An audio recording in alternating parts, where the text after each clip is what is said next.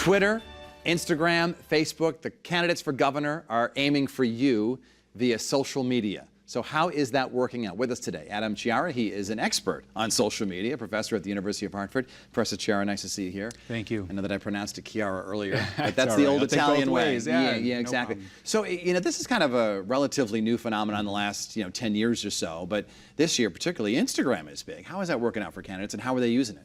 Sure, so Instagram, you have to understand the platform. It's more of an informal platform. So Facebook, Twitter, we're used to more of the traditional kinds of messages that you get for it. Instagram, you can be a little bit more laid back. I'll tell you someone who's actually using it pretty well is Ganem. Ganem takes a very personal, Joe Ganem. Joe Ganem takes a very, personal, impersonal touch to it. And you'll see him, he has, of course, him stopping, shaking hands, but he takes selfies with voters. You see him even working out at the gym. He does a little gym. I will say, though, there's a risk in that, Dennis, and, we talk about the platform and being informal, and you said how do candidates use it. At the gym though, and you're informal, you're sweating, you look a little, you look a little tired, right? And you always run the risk because there's the old joke in politics: never wear like a funny hat, right? If you go to a carnival, because that's how you're gonna be perceived. So you do run the risk of, if you're looking sweaty and sloppy all the time, are you gonna start being perceived? So there's that fine line. But the candidates are all using Instagram, and most of them are using Instagram, and they're doing it in a very informal way, which is good. Are they using it for advertising as well? Not necessarily advertising. More, they'll... Because you can get a sponsored thing as that shows up? You can get a sponsored thing, right. And I haven't actually seen too many using it that way, though I don't know for sure, because sometimes they can target. It's something with social media. You can target specific constituents, and I might just not be one of the ones that they've been targeting.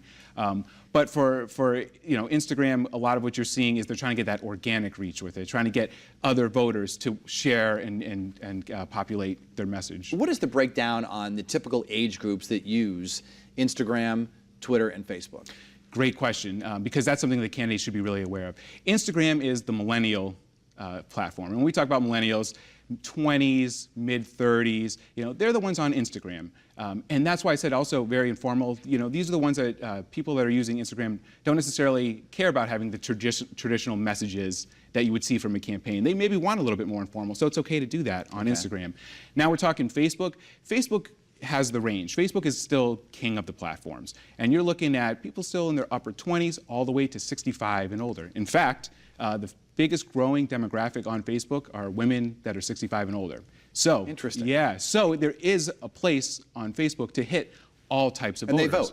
And they older vote. Voters tend to vote in higher numbers. Yeah. You've got it. And the beautiful thing, too, with Facebook, with any of these, but with Facebook, is you can really splice your messages. So you could have one piece of content that you promote on Facebook and tell, I only want it to show up in Republican-type voters that are 55 and older, have one kind of message, and then have a separate message for somebody in their 30s, that might maybe even be, well, we're in the primary now, so they're going to be trying to hit, conservative or liberal. But let's say it's the general election, they can make a message that's more in the middle road and hit those voters. So that's what we're talking about Facebook. And Twitter doesn't go as high as Facebook as far as age. We're looking more at people in their 20s, 30s, capping out somewhere in their 40s, is the typical, if we're making a profile, the typical user of Twitter. And which of the candidates you think uses, if you've been able to determine this, Twitter and Facebook the best?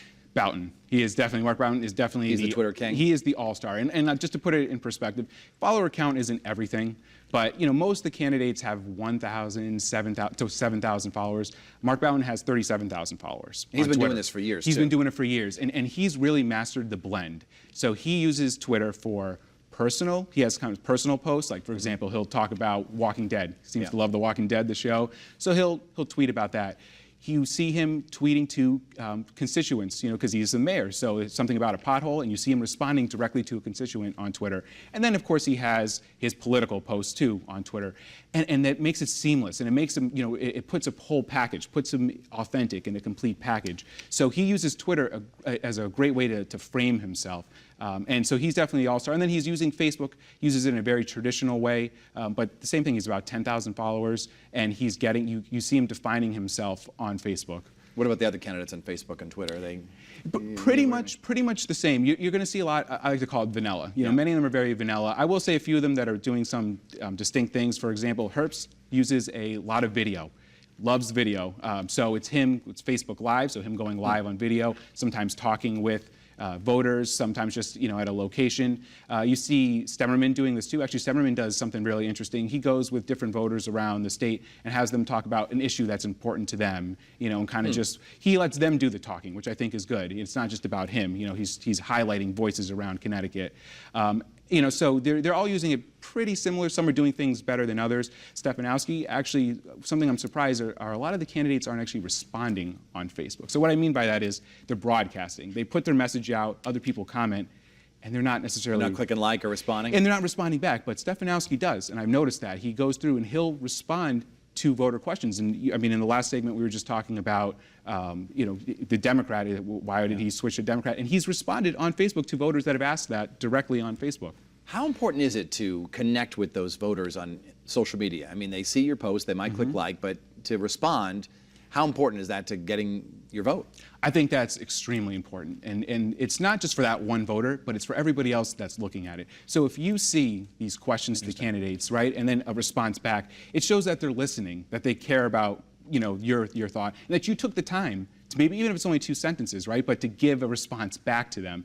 And that's public. That lives for everybody to see. It's not just for the one voter who asked the question. It's for everybody that's scrolling through that feed. Sometimes it even stems conversation, and you get other people talking, in the thread.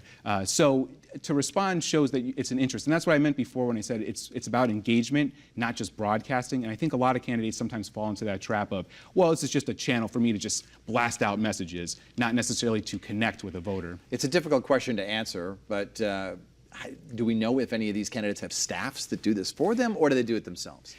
That is tough to know. Again, this is just me, my analysis. I think some of them have a mix. You can tell, it's interesting because sometimes you can just tell the voice, right? And you can tell the way somebody writes that maybe this is one time them posting, others, someone else. I know, for example, Mark Bowden has said that 99% of his posts come from him on Twitter, and I believe that. I do believe that. Why do you think it is that a voter wants to see something about the candidate outside his element, perhaps at the gym or at the beach or wherever?